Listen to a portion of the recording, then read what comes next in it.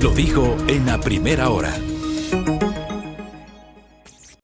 Entramos en materia. Algunos temas para comentar el día de hoy. Tengo dos. Vamos a hablar un poquito de algo que nos dejó el día viernes, una reacción del presidente de la República luego de lo que pasó en las Malvinas, y también de esta polémica respecto de los nombramientos provisionales en la Asamblea Nacional. Ya vamos a hablar de eso. Empecemos con lo del presidente, porque cuando desde el poder se generan determinados discursos,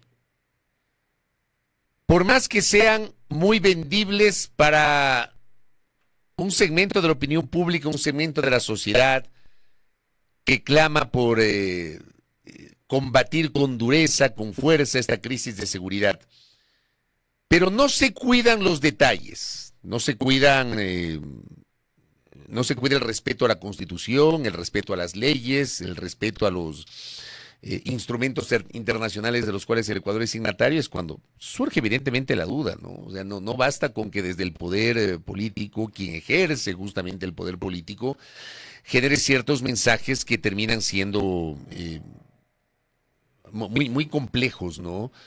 Terminan sirviendo para la tribuna, para el aplauso tribunero, como se dice en términos futbolísticos, pero que en la práctica no operan, ¿no?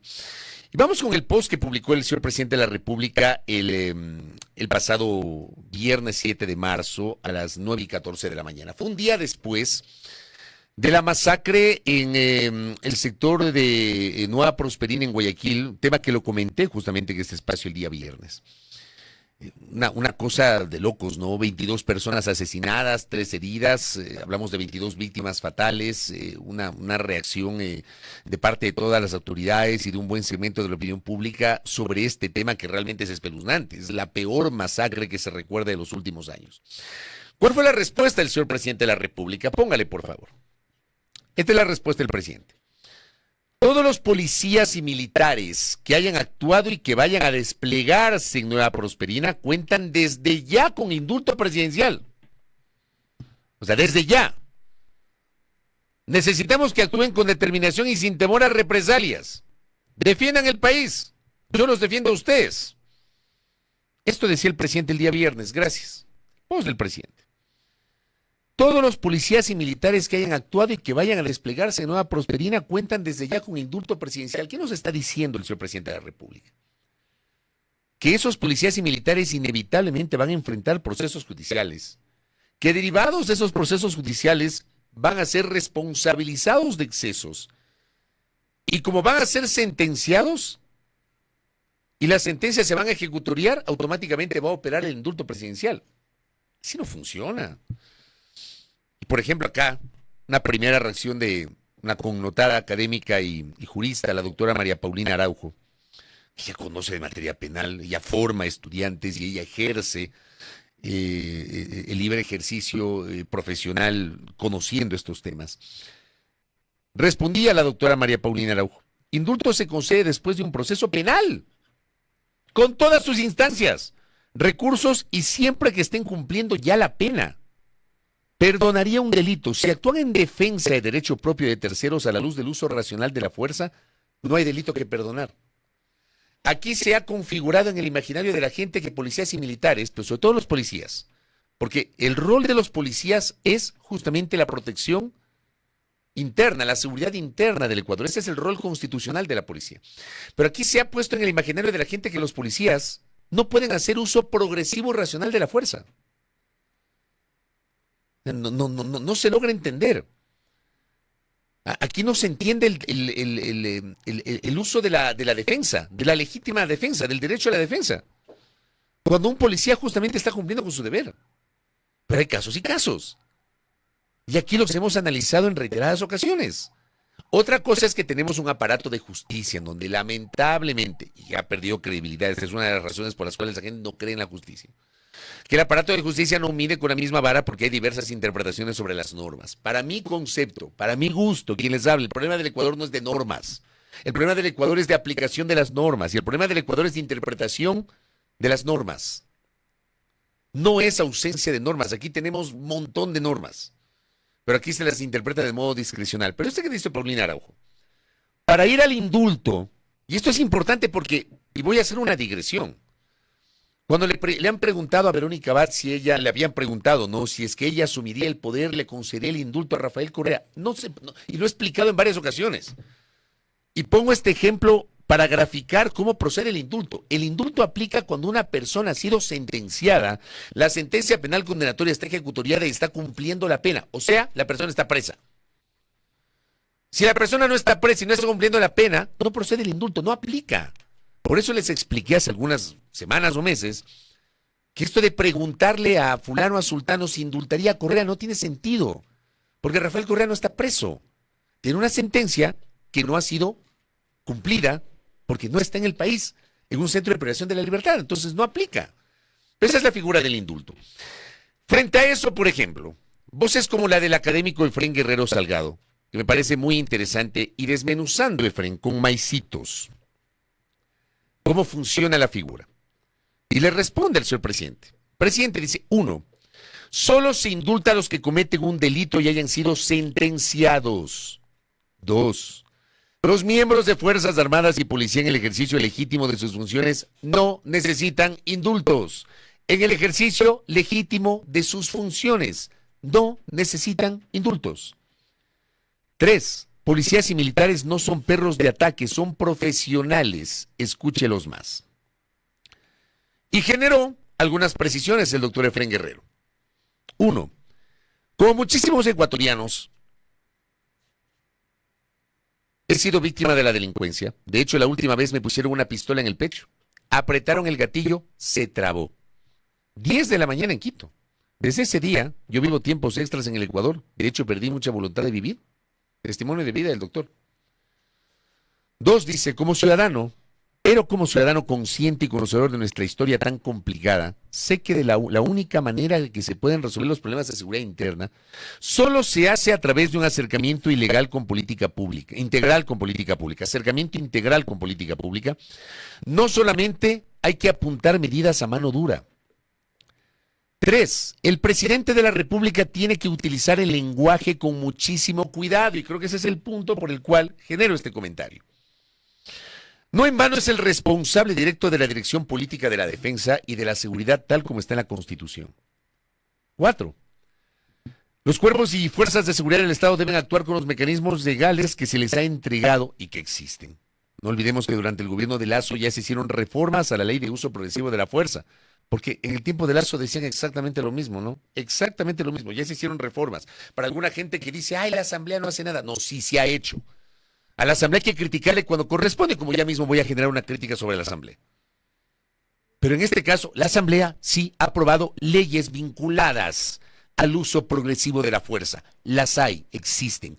Tómenlas y aplíquenlas. Eso es lo que falta en el Ecuador.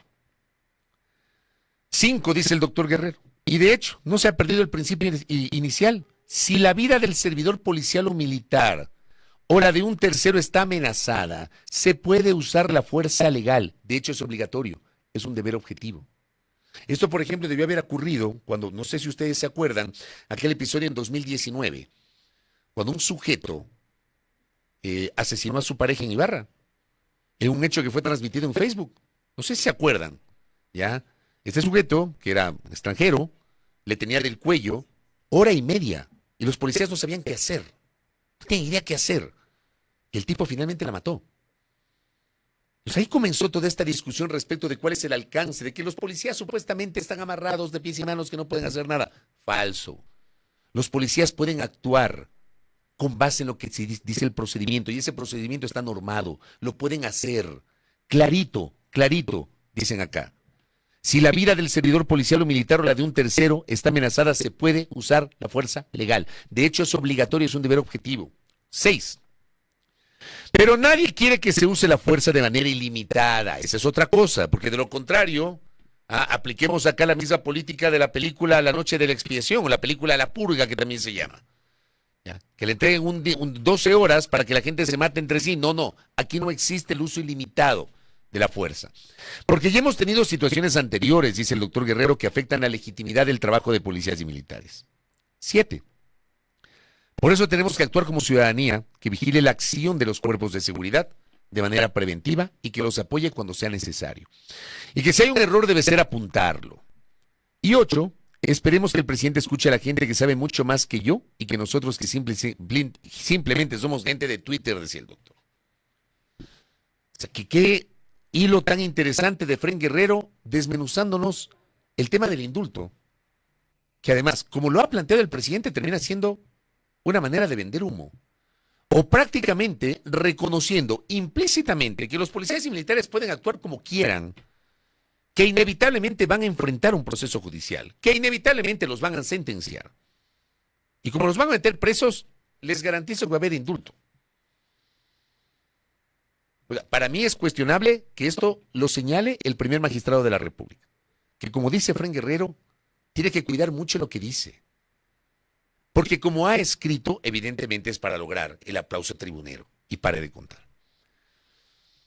Y no aborda los temas de fondo. Y ahí, por ejemplo, cito otro post que escribió mi colega periodista y amiga Blanca Moncada Pesantes, frente a lo que señalaba el presidente. Para entender la necesidad de una transformación integral hay que mirar atrás, señor presidente, le decía Blanca Moncada. Puede sentarse con la policía a tratar de entender por qué hay un UPC, Unidad de Policía Comunitaria, abandonada en la zona de la masacre, después de todos los operativos a lo largo de estos años. Nadie dice esto, ¿no? Tienen una UPC abandonada, nadie le para bola. Puede tuitear furioso que les den plomo a todos los malos, pero no mire a otro lado, cuando quienes sabemos lo que pasa en los barrios de Guayaquil, le contamos estas otras cosas que usted no mira en los partes policiales. Mande a salud, mande al MIES, mande a educación, mande a su gobernadora a atender a los pelados que hoy delinquen en sociovivienda. No solo mande botas, golpe y tolete, señor presidente.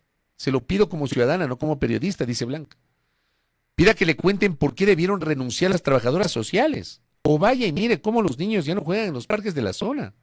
A veces, señor presidente, es necesario girar el timón hacia la inversión social, probar el trabajo integral e interinstitucional. No solo de mano dura se construye un país.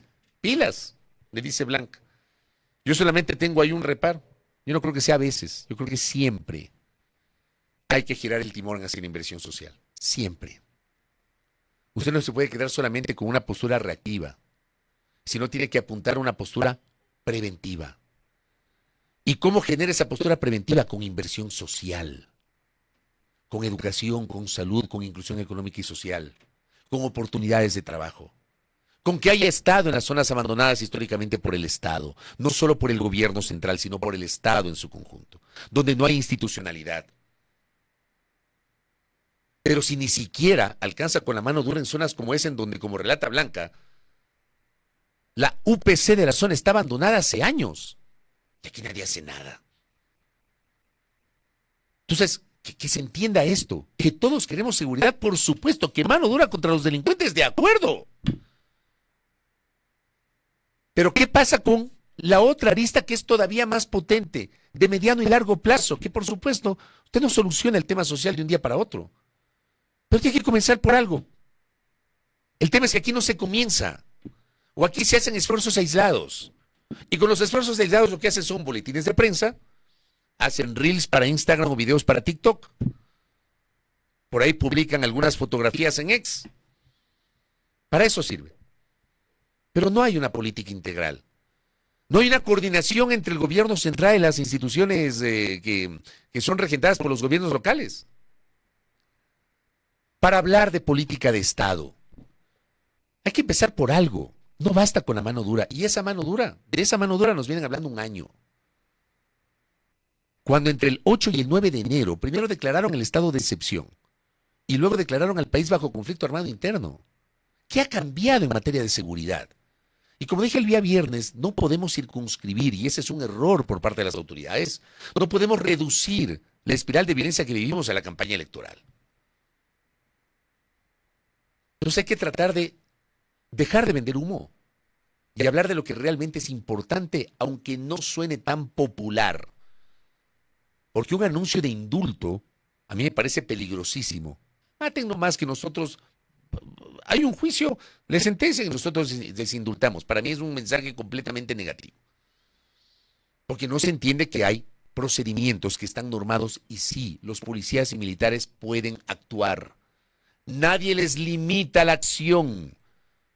pero en el marco de la Constitución y de las leyes. No hay poderes ilimitados. Por eso se llama uso progresivo de la fuerza. Ojalá que se entienda esto que estoy señalando. Acá, una conocedora de la materia. Gracias, Melanie. Dice, ya no hay tal uso progresivo de la fuerza. Con la ley orgánica que regula el uso legítimo de la fuerza, se radicó ese mito, hay uso legítimo de la fuerza. Gracias por esa precisión. El que debe ser proporcional al nivel de la amenaza o ataque. Creo que esa parte es importante, ¿no? Si usted tiene una persona que se robó un pan, usted no la va a tirar a matar. O sea, no hay equivalencias. No solo eso, dice Melania, en esa ley consta la obligación del Estado de dotarles y entrenarles, y no en polígonos virtuales, sino en polígonos reales de tiro. Además, la obligación de que existan fiscales especializados y la formación para jueces en uso legítimo de la fuerza, así como la obligatoriedad de seguros de vida a favor de los funcionarios policiales, militares y penitenciarios. Pero como corresponde a toda sociedad democrática, civilizada, también incorpora responsabilidad de los mandos y a quienes hagan uso ilegítimo y excesivo de la fuerza, cuando el objetivo no es legítimo. La Corte Interamericana de los Derechos Humanos, con sede en Costa Rica, ha sido muy clara en señalar la prohibición expresa a los estados por indultos o amnistías por uso arbitrario e ilegítimo de la fuerza. Carta abierta y patente de corso no es un mecanismo de seguridad, sino por el contrario, una amenaza a la seguridad de los ciudadanos. Aquí, Melania aborda un tema de fondo y ella sabe porque es una conocedora de lo que dice justamente la norma. Uso legítimo de la fuerza. Por eso es incorrecta esta postura del presidente plasmada en una redacción que, como digo, es netamente populista y no apuntala el trabajo real, amparado en la Constitución y las leyes de policías y militares. Eso por un lado. Vamos al otro tema, que también ha sido noticia. Hoy a las 10 de la mañana, Viviana Veloz, presidenta de la Asamblea Nacional, va a comparecer ante los medios de comunicación. Se invita a una rueda de prensa para explicar un nuevo hecho que fue noticia el último fin de semana y que tiene que ver con la entrega de nombramientos en la Asamblea Nacional. Esto con base en una nota, seguramente el bicho Ordóñez, Vicente Ordóñez Pizarro, colega del Universo, fue el que redactó la nota, porque él es el cronista parlamentario del Universo, publicaba el día viernes pasado en su edición digital en la tarde. A dedo se entregan cargos con nombramiento en la Asamblea tras el Carnaval. Al menos 17 cargos con nombramiento provisional se entregaron en la Asamblea Nacional tras el feriado de Carnaval y la meta es otorgar 80 cargos hasta mayo. La decisión tomada por la presidenta Viviana Veloz es desconocida por los asambleístas miembros del CAL, del Consejo de Administración Legislativa, y en la próxima sesión de este organismo administrativo pedirán información sobre los argumentos, necesidades y presupuesto que sustenten el otorgamiento de nombramientos provisionales. Los nombramientos se entregaron en talento humano, en el área administrativa, entre otros. Se conoce que en la lista de nombramientos provisionales entregados se encuentran familiares de funcionarios que tienen nombramiento en la legislatura. En la lista de favorecidos con los cargos de nombramiento provisional, dice la nota, consta Marcelo Gudiño Egües como servidor legislativo 14 en el Departamento de Talento Humano. Él enfrenta un proceso penal y está llamado a juicio por presunta asociación ilícita, tráfico de influencias y cohecho en el Tribunal de Garantías Penales de Cotopaxi, según consta en el sistema de procesos SADRE de la Función Judicial. La entrega de nombramientos causó malestar en la Asamblea Nacional. Dice, y en los pasillos del Parlamento los servidores legislativos comentan y cuestionan sobre este proceso de asignación de nombramientos provisionales, sin importar ni calificar conocimientos, capacidad y años de servicio, lo cual ha relegado a servidores con contrato que vienen laborando en la legislatura por 10, 15 y hasta 20 años con contratos de servicios ocasionales. Este es el problema de fondo, y a esto quiero referirme. Que una institución pública per se, entrega un nombramiento provisional es normal, es absolutamente normal, pero hay que cumplir procedimientos. Hay que cumplir además requisitos. ¿Cómo es que, y hago esta pregunta pública, que lo supe el fin de semana y ojalá que la presidenta Veloz responda esa inquietud? ¿Cómo es que a la cónyuge de un funcionario de la Asamblea Nacional, que entiendo es asesor, que entró a trabajar en octubre del año pasado, noviembre, diciembre, enero, febrero, marzo, 5 meses de trabajo en la Asamblea. Ya le entregaron nombramiento provisional. O sea, que alguien me explique eso. ¿Qué tipo de pasos cumplió? ¿Qué tipo de experiencia legislativa acredita si solamente ha trabajado 5 meses en la legislatura? ¿Cuál ha sido su formación? ¿Hubo algún tipo de procedimiento para que pueda acceder al nombramiento provisional, que por supuesto no es definitivo? ¿Qué requisitos reunió para que, por ejemplo, haya otras personas que tienen más de 10, 15, 20 años en la función legislativa y cáiganse de espaldas? Y yo sé que mucha gente en la Asamblea escucha este espacio y saben que lo que digo es cierto. Y yo he cubierto la Asamblea durante buena parte de mi carrera periodística. Y conozco a muchos servidores legislativos. Gente que tiene más de una década, casi 2 décadas, y que no tiene nombramiento. Y que cada año tiene que hacer un peregrinaje para que le renueven el contrato, que dura un año. En un organismo en el que además no hay estabilidad laboral, porque en el propio contrato de servicios ocasionales de la Asamblea Nacional se establece que el empleador, o sea, la Asamblea, puede terminar el contrato de forma unilateral cuando lo considere. O sea, usted le pueden hacer el contrato ocasional hoy y el viernes ya le pueden despedir. Así nomás. No hay tal estabilidad. Es la única. No sé si eso pasa en otras instituciones. ¿Ya? De lo que yo entiendo, eso no se puede, por ejemplo, hacer en el gobierno central. No sé si esto está ocurriendo. Pero se supone que los contratos por servicios ocasionales tienen un máximo de 2 años. 2 años. Y luego de los 2 años, eso dice la ley de lo que conozco, usted tiene que acceder al nombramiento provisional. Y luego ir a un proceso de concurso para acceder al nombramiento definitivo. Entonces, como siempre he señalado, la transparencia es la única manera de entender las cosas. Recién hoy van a hablar, cuando esto estalló el viernes. Recién ayer sacaron un extenso comunicado, cuando esto estalló el viernes. La transparencia. ¿Saben qué? Transparenten cómo se dan esos procesos de nombramiento en el organismo más político del país. Un organismo que además, lamentablemente, resulta que no orientan a solucionar el tema de fondo. Y el tema de fondo es que la Asamblea Nacional es un cuerpo colegiado que no tiene un equipo especializado, por ejemplo, en materia legislativa y de fiscalización, que es la razón de ser de la legislatura. Imagínense ustedes que en el ámbito de los funcionarios de la Secretaría General, de lo que conozco, excluyendo al secretario que es abogado, apenas hay un abogado en la Secretaría General. ¿Y dónde están los procesos de formación para otra gente especializada que pueda aportar en la Secretaría General? ¿Quiénes integran la unidad técnica legislativa? ¿Quiénes son? ¿Cuál es el cuerpo colegiado que se encarga de los procesos de fiscalización? No hablo de la comisión, hablo de los funcionarios que tienen que estar allí y que deberían ser de carrera. No hay una carrera legislativa en el Ecuador, no existe. Lamentablemente los puestos en el Parlamento ecuatoriano, excluyendo a la gente de nombramiento, los puestos tienen una clara incidencia político-partidista. Gente valiosa que le sacan porque resulta que quedó estigmatizada porque trabajó en tal periodo. Por supuesto, no hay que poner a todos en el mismo saco, ¿no? Yo conozco gente dentro de este grupo de nombramiento provisional, gente a la que le han dado un nombramiento provisional porque reunía todos los requisitos. Y conozco una persona, voy a citar su nombre, al ingeniero Iván Pinos, que es un funcionario de la unidad esta de TICS, de Tecnologías en Información y la Comunicación, 15 años en la función legislativa, pero claro que tenían que darle pues el nombramiento, pero por supuesto, tenían que dar el nombramiento al ingeniero Pinos.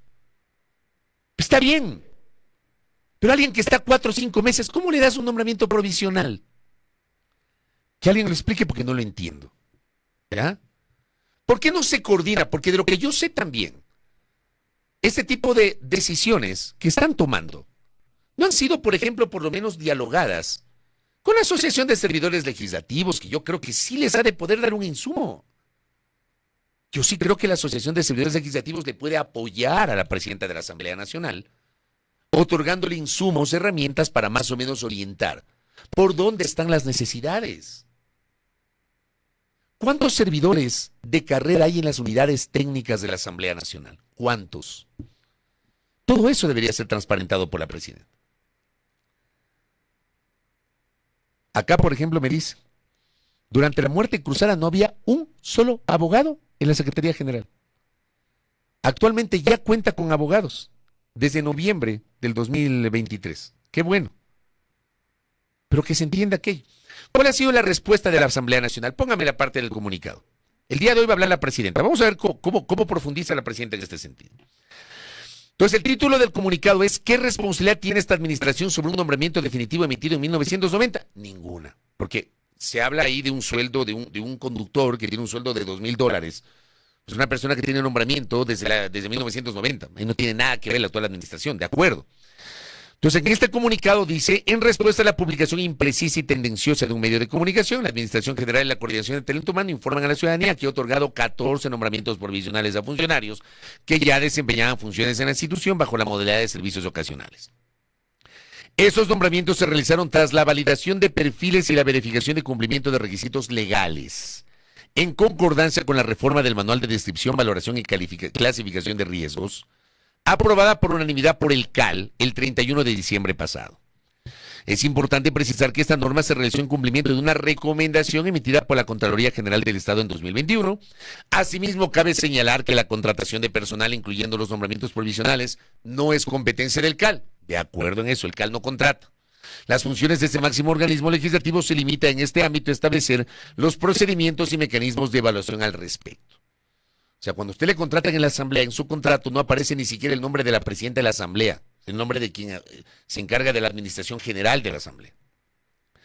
Además, dice el comunicado, estos nombramientos se otorgaron con base en una evaluación de desempeño realizada por los coordinadores de distintas áreas de la institución, sin generar impacto presupuestario sin incremento de la masa salarial. Pero yo insisto, ¿cómo evalúas a una persona que tiene 4 o 5 meses en la Asamblea y le das nombramiento provisional? No lo entiendo. El proceso, al igual que todas las actuaciones realizadas por esta administración, se lleva a cabo en estricto apego a la normativa, con absoluta transparencia y con el acompañamiento permanente de la Contraloría. Más abajo dice: los nombramientos otorgados son provisionales, es decir, temporales, y no generan derecho a estabilidad laboral. No obstante, esos puestos podrán ser ocupados hasta la designación del ganador de concurso de méritos y oposición. Dicho concurso está previsto recién para febrero del 2026. Lo que implica que la selección para los nombramientos definitivos corresponderá a las nuevas autoridades del Parlamento. Más abajo dice, lo que está en negrita: el personal con nombramiento definitivo representa apenas el 16% de la nómina. Hay que recordar que yo recuerdo que en el año 98, cuando el ingeniero Juan José Pons llegó al Congreso Nacional, le compraron la renuncia a un montón de servidores legislativos, un montón. Y con el paso del tiempo, se ha ido recortando la nómina de servidores legislativos con nombramiento, al punto de llegar solo al 16%. Póngame la otra parte del comunicado. Dice: es necesario aclarar también que, al contrario de lo que dice la nota de prensa publicada, el ciudadano Marcelo Gudiño no recibió ningún nombramiento. Se refiere a esta persona que aparentemente está enfrentando un proceso judicial. Se refieren al tema del conductor, al que hace referencia la misma publicación. No percibe el salario señalado. Se hablaba de $2,000.